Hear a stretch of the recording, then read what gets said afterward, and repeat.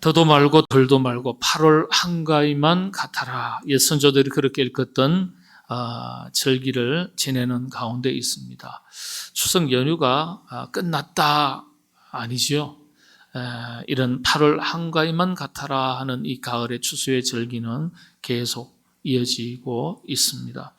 이런 추수의 절기, 감사의 절기를 맞으면서 오늘은 세 곳의 성경 말씀을 간단하게 살피면서 우리가 어떤 수준의 감사의 삶을 살아야 할지에 대해서 한번 살펴보도록 하겠습니다. 성경에는 감사라는 단어가 189번 기록되어 있습니다. 189번. 구약에 126번, 신약에 63번. 이렇게 기록되어 있습니다. 그런데 감사라는 단어가 언제 성경에 기록되었는가 주목할 필요가 있습니다. 감사라는 단어가, 첫 단어가 성경에 기록된 곳은 레위기 7장 12절입니다. 우리가 성경을 읽을 때 이런 점에 유의해서 읽어야 되죠. 감사라는 단어가 왜 창세기에서부터 기록되지 않았을까? 네, 이건 정말 중요한 일입니다. 감사라는 단어가 왜 창세기에서부터 기록되지 않았을까? 한번 생각해 보십시오. 가장 감사할 것이 많은 곳이 어디입니까? 가장 감사할 것이 많은. 그때는 죽음도 없었습니다. 질병도 없었습니다. 고통도 없었습니다. 갈등도 없습니다. 분쟁도 없습니다. 예. 그렇죠? 모든 것이 완벽한 영원한 동산, 에덴 동산. 가장 감사할 것이 많은 곳이 에덴 동산이에요. 근데 에덴에서부터 감사라는 단어가 등장해야 되는데 감사라는 단어가 단 한 번도 등장하지 않습니다. 인간 역사의 비극이 어디에서부터 시작됐는지를 보여주는 거예요. 감사의 부재가 신앙의 비극인 겁니다. 그렇게 인간의 비극은 감사의 부재로부터 시작되었다. 그렇게 평가하기도 합니다. 가장 감사할 것이 많았던 에덴에서부터 그리고 이스라엘 백성들의 애굽 노예 생활 430년의 세월을 마치고 새로운 땅을 향해서 나가는 그 순간에서조차도 감사라는 말은 등장하지 않습니다. 이상하지 않아요? 성경을 읽을 때 이런 점에 유의해서 읽으셔야 돼요. 왜 에덴에서조차도 동산에 있는 선악과와 생명나무 2그루만 빼고는 나머지는 다 맡기시고 관리해라 했어요. 잘 다스려 그랬어요. 그러면 아담이 볼 때, 아담과 하와 볼 때 하나님 감사합니다. 네가 이름도 붙이고 사물에 이름도 붙이고 원하는 대로 해보라 이런 뜻이거든요. 근데도 감사가 없어요. 애굽에서 자유케 되었는데도 불구하고 감사가 없어요. 그런데 이게 이스라엘 백성만의 이야기가 아니라는 거예요. 우리의 자화상이고 우리 인간의 실존이라는 거예요. 이게 우리의 현실이라는 거예요. 감사가 참 쉬운 것 같은데 이게 그렇게 안 되는 거예요. 그렇게 어려운 거예요. 이 시대의 아담과 하와가 어디 있습니까? 어쩌면은 이런 감사라는 기준으로 볼 때는 우리 자신이 이 시대의 또 다른 수많은 풍요와 자유 속에서 많은 것들을 누리면서도 감사할 줄 모르는 오늘 또다시 이 시대를 살아가는 감사의 부재 속에서 살아가는 제2의 아담과 하와가 우리 자신일 수 있습니다.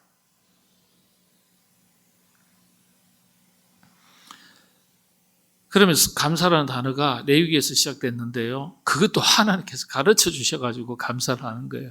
그러니까요, 감사가 가만히 내버려두면요, 우리 인간은요, 감사가 잘 안 나와요. 하나님의 품을 떠난 인간은 결핍된 존재이기 때문에 결핍 속에서 감사를 잊어버려요. 더 얻어야 되고, 더 가져야 되고, 더 성취해야 되고, 더 높이 올라가야 되고. 그래서 제사법에서 감사라는 걸 가르쳐 주시는 거예요. 감사 좀 해라, 감사. 우리 어린 자녀들을 여러분 교육할 때 뭐 하나 주고서 사탕 하나 주고서 그냥 가지고 가면 어떻게 해요? 야, 다시 와. 어떻게 해요? 감사합니다. 인사해. 가르치지 않습니까? 여러분 감사도 가르쳐야 돼요. 내버려두면 알아서 할 줄 알았는데 알아서 안 해요. 알아서. 참 신기한 겁니다. 이건 신앙의 연수에 관계없어요. 인생의 연수에도 관계가 없어요. 가르쳐야 하더라고요. 말하지 않으면 자기 수준에서 감사해요. 어린아이도 마찬가지거든요. 자, 그렇게 성경에서 흘러가서 감사라는 말이 가장 많이 등장하는 성경 어딜까요? 가장 많이 고백되는 것이 시편입니다. 시편. 여러분 감사라는 단어가 성경에 189번 기록되는데 이 중에 75번, 이런 5번이 시편에 기록되어 있습니다. 시편이 한 권의 성경책에 기록되어 있어요. 예, 거의 절반 가까이죠. 예. 여러분 아시는 대로 시편은요, 대부분 이스라엘 백성들이, 믿음의 선조들이 가장 어려운 시기, 힘든 시기를 지낼 때 기록된 신앙 고백입니다. 그런데 놀랍게도 가장 힘들 때, 가장 어려울 때, 가장 배고플 때, 가장 헐벗었을 때, 가장 고통스러웠을 때 감사라는 말이 가장 많이 등장합니다. 이게 바로 우리에게 가르쳐주는, 성경이 하나님께서 우리에게 가르쳐주시는 영적인 교훈입니다. 그래서 잘 될 때, 건강할 때, 많이 가졌을 때 감사하는 것이 아니라 정말 영적 깊이가 있는 사람은 안 될 때, 힘들 때, 고통스러울 때 하나님 앞에 감사를 잊지 않는다는 거예요. 모든 것이 잘 될 때, 무엇인가 얻고 누릴 때 감사가 나올 것 같은데, 그게 당연한 것 같은데 왜 성경은 가장 어려울 때 감사라는 이 단어가 가장 많이 고백된 것을 기록하고 있을까요? 답은 아주 간단합니다. 어려울 때일수록 감사해야 된다는 거예요. 없을 때일수록 감사해야 된다는 거예요. 안 될 때일수록, 안 되는데 어떻게 합니까? 그러니까 의지를 가지고 의지적으로 감사해야 된다는 거예요. 여러분 잘 될 때는요, 감사가 쉽지 않겠습니까? 잘 될 때 감사 못하면 그건 뭐 어리석은 거죠. 진짜 감사는 언제 드려지는 감사입니까? 어려울 때, 부족할 때, 앞이 캄캄할 때예요. 그 가운데서도 소망을 가진 자만이 감사할 수 있는 거예요. 그렇지 않으면요, 현실만 보는 사람은 감사를 잃어버립니다. 현실만 바라보면. 이게 바로 성경이 우리들에게 가르쳐주는 교훈입니다. 성경 속 믿음의 사람들이 드렸던 3가지 수준의 감사, 간단하게만 살펴보겠습니다. 우리도 이런 수준까지 갈 수 있기를 바라면서 말씀을 살필 수 있기를 바랍니다. 첫 번째가 다니엘 수준의 감사. 다니엘서 3장 17절 18절 말씀이죠. 그리 아니하실지라도. 우리 입에 늘 달고 살아야 돼요. 사실은요. 이게 쉽지 않거든요. 그러니까 여러분들 성경 암송 구절이 많죠. 좋은 구절 많은데요. 이런 한 단어도 늘 마음에 담고 머릿속에 담고 영혼의 이 마음판에 새기는 게 필요합니다. 그리 아니하실지라도 감사. 네? 다니엘의 친구 3명이자 사드락, 아벳느고, 메삭이 자기 신앙을 지키다가 불가마에 들어갔습니다. 다행히 하나님께서 지켜주셔서 살아나왔어요. 6장에서는 다니엘 자신이 사자굴에 던져집니다. 역시 하나님께서 지켜주셔서 사자굴에 밥이 되지 않고 살아나왔습니다. 그런데 이 다니엘서가 우리에게 가르쳐주는 영적인 교훈의 핵심이 뭡니까? 성도가 살아가는 이 세상 자체가 항상 풀무불이고 사자굴이라는 점이에요. 그런 시련과 위기가 있다는 거예요. 요즘 말씀으로 드리면 가정의 위기, 사업의 위기, 건강의 위기, 종류가 다를 뿐이지 항상 위기가 있는 거예요. 하나의 위기가, 시련이, 역경이 지나가고 나면 마치 기다렸다는 듯이 다른 것이 또 찾아옵니다. 계속 이어집니다. 중요한 것은 이 속에서 어떻게 자기의 신앙과 자기의 신념, 순수한 자기 자신을 잘 지켜나가느냐, 이게 중요한 거죠. 이 세 사람의 신앙이 어떤 신앙입니까? 다니엘서 3장 17절 제가 읽어드리겠습니다. 만일 그럴 것이면 왕이여 우리가 섬기는 우리 하나님이 우리를 극렬히 타는 불목 가운데서 능히 건져내시겠고 왕의 손에서도 건져내시리이다. 왕이 너희들이 지금이라도 우상 앞에 절하면 살려주겠다. 그렇지 않으면 풀무불에 던져버리겠다. 그랬더니 이 세 사람이 뭐라고 대답합니까? 아닙니다. 우리가 섬기는 하나님께서 우리를 풀무불 가운데서도 지켜주실 줄로 믿습니다. 네? 참 대단하죠. 근데 여러분들 여기까지 우리들의 신앙이 여기까지는 대체로 갑니다. 대체로 우리가 여기까지 우리가 도달해요. 그 다음이 문제입니다. 안 지켜주시면 어떡할 거냐 말이에요. 안 지켜주시면. 열심히 우리 아들 좋은 대학 가게 해 주실 줄로 믿습니다. 믿는 것까지는 좋아요. 근데 안 됐어요. 어떡할 거냐. 사업이 앞으로 잘 될 줄로 믿습니다. 그랬는데 열심히 일했는데 안 되면 어떡할 거냐 말이에요. 소망을 가지고 믿습니다 하는 것은 가능해요. 근데 기도 응답도 안 되고 문도 안 열리고 길도 안 열리고 하나님 돌봐주시지 않는 것 같고 이게 문제인 거예요. 이 다니엘과 친구들이요. 그 풀무불에서 살아나올 수 있었던 경지는 어떤 신앙의 경지냐. 그 다음 18절이에요. 이 단계까지 가야 우리가 정말 위기를 만나도 시련과 역경을 만나도 이겨낼 수 있는 영적인 사람들이 되는 거예요. 다니엘 3장 18절 말씀. 그리 아니하실지라도. 우리 하나님께서 우리를 지켜주실 줄로 믿지만은 그렇게 아니하셔도 왕이여 우리가 왕의 신들을 섬기지도 아니하고 왕의 세우신 금신상에게 절하지도 아니할 줄 아옵소서. 예. 축복해 주실 줄로 건져 주실 줄로 길을 열어 주실 줄로 믿습니다만은 축복 안 해 주셔도 그럼에도 불구하고 숨 쉬는 것 그리고 사는 것 자체가 하나님의 은혜입니다. 하나님의 은혜입니다. 아멘이 되시나요? 왜 자신이 없으세요? 마음에 안 드세요?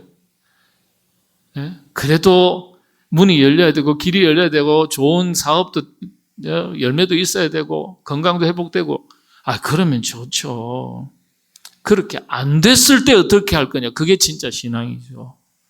네? 우리의 감사가 이런 수준에까지 깊어지는 감사가 될 수 있기를 바랍니다. 부족해도 없어도 좀 안 돼도 그럼에도 불구하고 우리 하나님께 간구를 했지만은 그리 아니하실지라도 그렇게 응답을 아니하실지라도 응답 안 해주셔도 숨 쉬고 지금까지 여기까지 살아온 것만 해도 하나님의 은혜입니다. 이것만 해도 족합니다. 감사합니다. 우리 모두가 이런 신앙의 자리에 올라설 수 있기를 바랍니다. 그 다음 하박국 선지자의 감사 수준. 처음에는 다니엘은 뭐라고 그랬어요? 한 단어 외우시라고 그랬어요. 그리 아니하실지라도. 감사. 그러면 하박국은요. 하박국의 말씀. 이 3장 18절인데 우리 한 목소리를 한번 읽겠습니다. 나는 여호와를 인하여 즐거워하며 나의 구원의 하나님을 인하여 기뻐하리라. 기뻐하리라. 그 앞부분에 보면요. 비록 무화과 나무가 무성치 못하며 포도나무에 열매가 없고 감람나무에 소출이 없으며 밭에 식물이 없으며 우리의 양이 없으며 외양간에 소가 없을지라도 나는 여호와로 인하여 즐거워하며 나의 구원의 하나님을 인하여 기뻐하리라. 무화과 없고 포도나무 열매 없고 감람나무 이게 뭔지 아세요? 갈수록 태산이라는 말이 있죠. 갈수록 첩첩산중이라는 말이 있습니다. 갈수록 안 되는 거예요. 갈수록 잘 돼야 되는데 갈수록 안 되면 원망과 불평이 뒤따릅니다. 하나님에 대해서 자신의 신앙에 열정이 열심히 식어듭니다. 낙심합니다. 때로는 신앙을 저버리기도 합니다. 갈수록 안 되면. 여러분, 갈수록 안 되든 잘 되든 관계가 없어야 돼요. 숨 쉬고 이 땅에 하나님의 백성으로 구원의 가장 큰 선물, 구원의 은총을 얻고 누리고 산다는 것 자체가 가장 큰 복을 우리가 얻고 누리는 것이기 때문에 나머지는 있어도 그만 없어도 그만이라는 마음을 가지고 사셔야 되는 거예요. 여러분들, 비록 이것이 없을지라도 감사하시는 여러분 되시기를 바랍니다. 네. 마지막으로 시편 107편 다윗의 감사의 수준인데요. 다윗의 고백 속에 나타나는 감사에는 남다른 4가지 특징들이 있습니다. 첫 번째 감사는요, 선택이 아니라 명령이라는 거예요. 히브리어로 감사는 야드 혹은 야다라고 말합니다. 야드. 이 단어는 명령어입니다. 명령어. 그러니까 감사하라 했을 때는 뭐라고요? 권면, 권유가 아니에요. 뭐라고요? 명령이에요. 권면, 권유는 해도 되고 안 해도 되고 선택의 기준이 나한테 있어요. 근데 명령은 선택의 기준이 우리 자신에게 있지 않아요. 명령은 의무와 책임이에요. 무조건 해야 되는 겁니다. 성경에 감사라는 이 단어는 명령으로 사용하는 단어입니다. 여러분, 복음 전도만 명령이 아니에요. 삶의 원칙으로서 감사는 하나님의 명령입니다. 범사에 감사하라 명령입니다. 그래서 감사의 부재가 신앙의 부재고 불순종입니다. 명령을 어기는 거니까. 그게 신앙의 위기로 이어지는 겁니다. 불순종하는 자는 불순종의 열매를 맺고 순종하는 자는 순종의 열매를 맺는다고 성경이 분명하게 가르쳐주고 있지 않습니까? 여러분들, 감사는 명령입니다. 이 명령 앞에 순종의 삶을 살아가시게 되기를 바랍니다. 순종의 열매가 있는 거예요. 두 번째, 다윗의 고백 속에 나타난 감사. 두 번째 특징이 기이한 일에 대해서 감사하라. 이 8절, 15절, 21절에 반복되는 단어예요. 우리 개역 개정에서는 기적이라고 번역을 했고요. 개역 한글 성경에서는 기이한 일이라고 번역을 했습니다. 기이한 일. 기이한 일이 뭘까요? 우리가 생각지도 못하는 모든 일들을 말하는 거예요. 우리가 예상할 수 있는 일, 예상하지도 못하는 뜻밖의 일, 다 포함하는 게 기이한 일이에요. 특별하게 우리가 생각하지도 상상하지도 예상하지도 못했던 일들. 그런데 그런 일들이 좋은 일만 있습니까? 뜻밖의 사고도 있어요. 뜻밖의 어려운 일도 생겨요. 이 모든 것이 기이한 일들이에요. 별로 노력도 안 했는데 갑자기 뭐예요? 좋은 일이 생기는 경우도 있어요.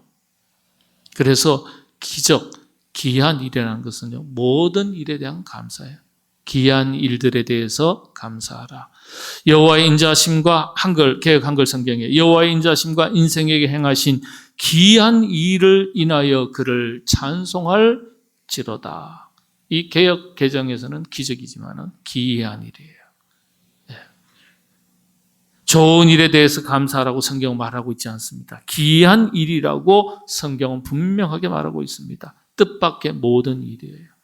생각지도 못한 좋은 일도 그렇고 생각지도 못한 나쁜 일도 그렇습니다. 그래서 성경은 이것 모두를 가리켜서 기이한 일이라고 표현하는 거예요.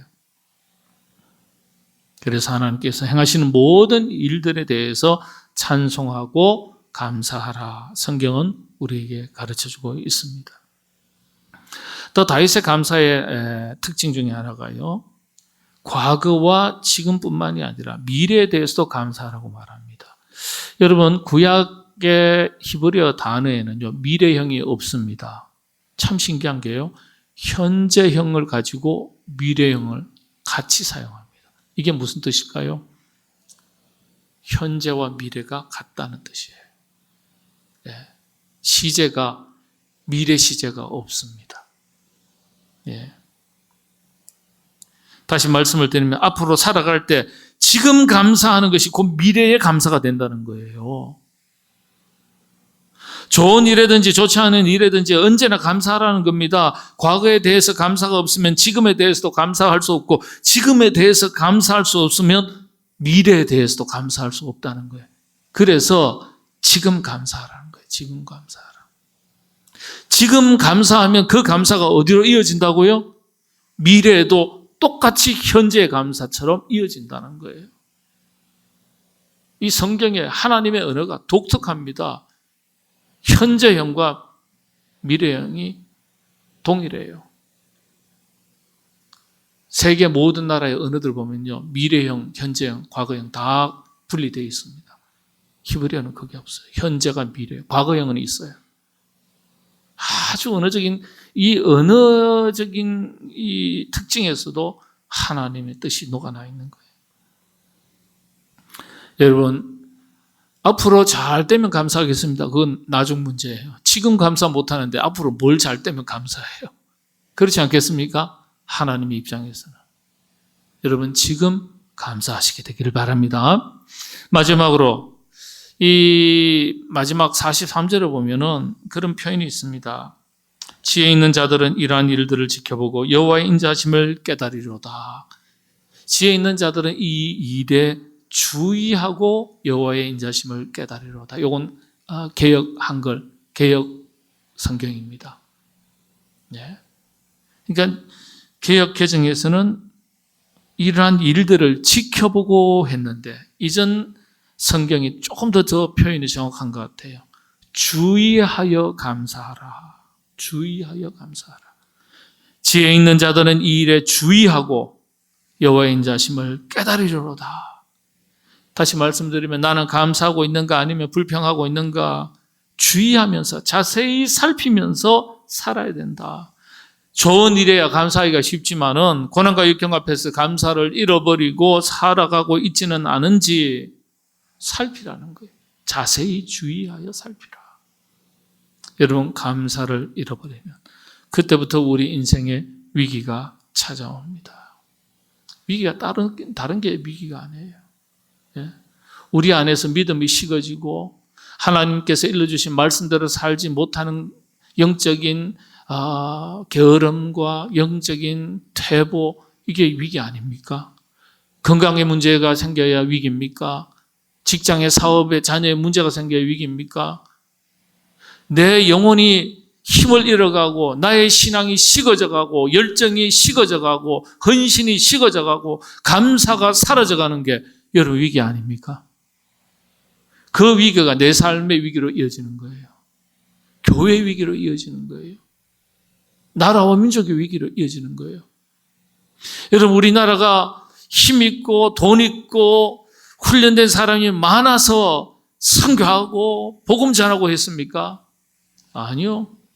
가난하고 못 먹고 못 살아도 복음 전했고요. 열심히 기도했고요.